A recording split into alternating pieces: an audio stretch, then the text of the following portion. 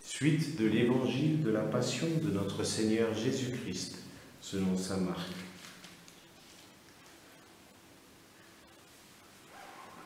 Dès le matin, les grands prêtres convoquèrent les anciens et les scribes, et tout le conseil suprême. Puis, après avoir ligoté Jésus, ils l'emmenèrent et ils le livrèrent à Pilate. Celui-ci l'interrogea. « Es-tu le roi des Juifs ?» Jésus répondit. « C'est toi-même qui le dis. » Les grands prêtres multipliaient contre lui les accusations. Pilate lui demanda à nouveau. « Tu ne réponds rien. Vois toutes les accusations qu'il porte contre toi. » Mais Jésus ne répondit plus rien, si bien que Pilate fut étonné. À chaque fête, il leur relâchait un prisonnier, celui qu'il demandait. Or, il y avait en prison un dénommé Barabbas, arrêté avec des émeutiers pour un meurtre qu'il avait commis lors de l'émeute.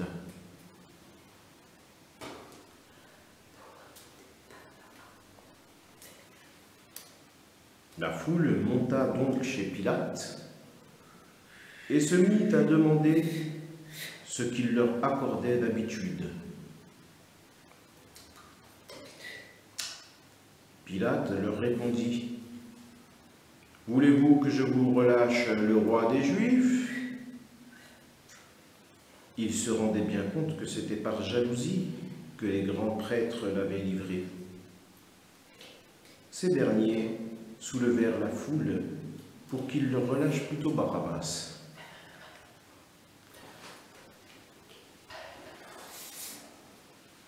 Et comme Pilate reprenait : « Que voulez-vous donc que je fasse de celui que vous appelez le roi des Juifs ?»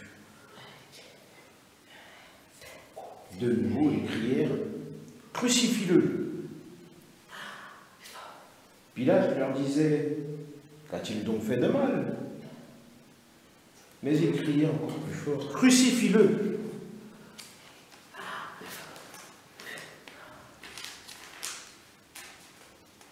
Pilate, voulant contenter la foule, relâcha Barabbas. Et après avoir flagellé Jésus, il le livra pour qu'il soit crucifié.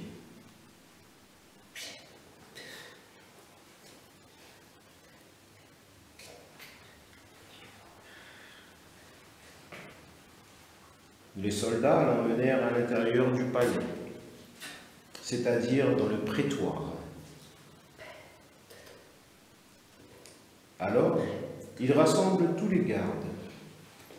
Ils le revêtent de pourpre.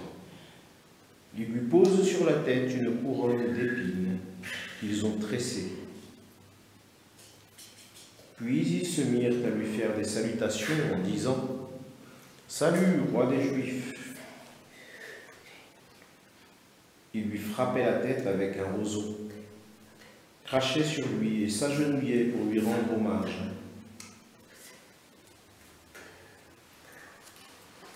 Quand ils se furent bien moqués de lui, ils lui enlevèrent le manteau de pourpre et lui remirent ses vêtements.